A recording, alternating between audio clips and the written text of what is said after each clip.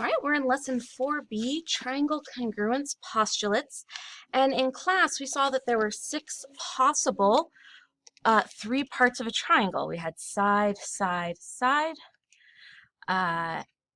angle, side, angle, side, side, angle. So this was 3 sides, 2 angles in the included side, 2 sides and a non-included angle.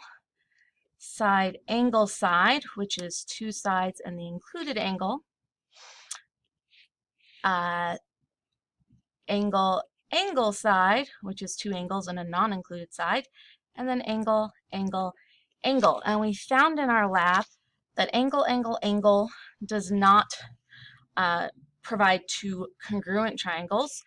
And angle, let's see here, side, side, angle does not create 2 congruent triangles. So this leaves us with these 3 postulates. And we'll work with these a lot more in class, but this is what you really want to have in your notes going forward.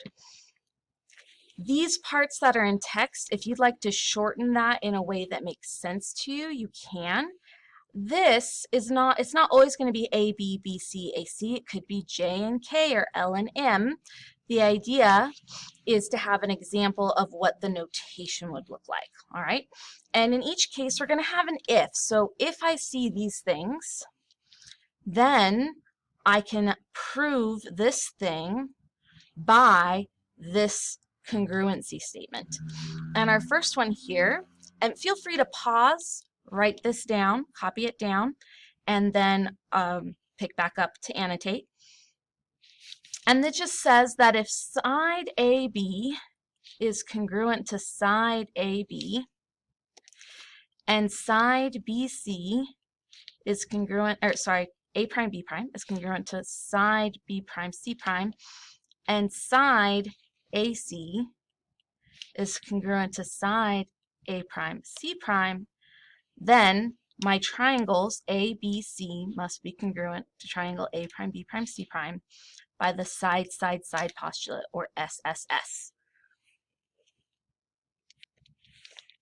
Similarly, if we know that one side, side AB, is congruent to side A prime B prime, and another side, BC, is congruent to side B prime C prime, and this is super important, the angle included between them. So this is AB, this is BC. That's going to be the angle that's in both segments. You see it here and in here.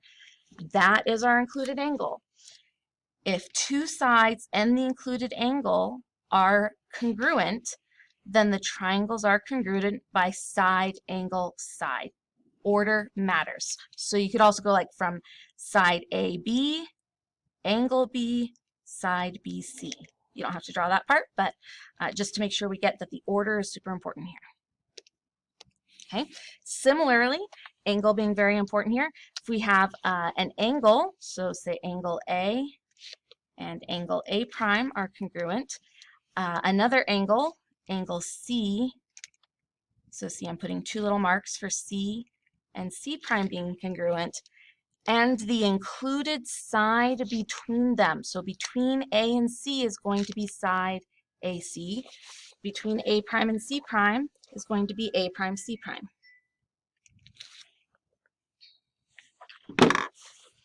If I have an angle, a side, and an angle, side, and an angle congruent, then my triangles are congruent by angle, side, angle. Finally, although we cannot do side, side, angle, that does not guarantee 2 congruent triangles, we can do angle, angle, side. So if I have an angle, A and A prime, a pair of angles that are congruent, another pair of angles, B and B prime, and any other side. So this one does not have to be concluded. This could be B, C and B prime C prime. It could be A, C and A prime C prime. For our example here, we're going to use this one right here. So this is not included. It's not between the 2 angles. It's outside. B, C and B prime C prime. Now, they do need to be the same corresponding, so I couldn't do B, C, and A prime, C prime. This side is connecting to angle B, but this side would not connect to angle B, so they would not be corresponding. The corresponding parts need to be congruent, and then the triangles are congruent by angle, angle, side. So those are our 4 congruency postulates. We want to make sure we know how to write the notation, and these diagrams are super, super, super important because that's visually how we're going to identify these things. See you in class next day.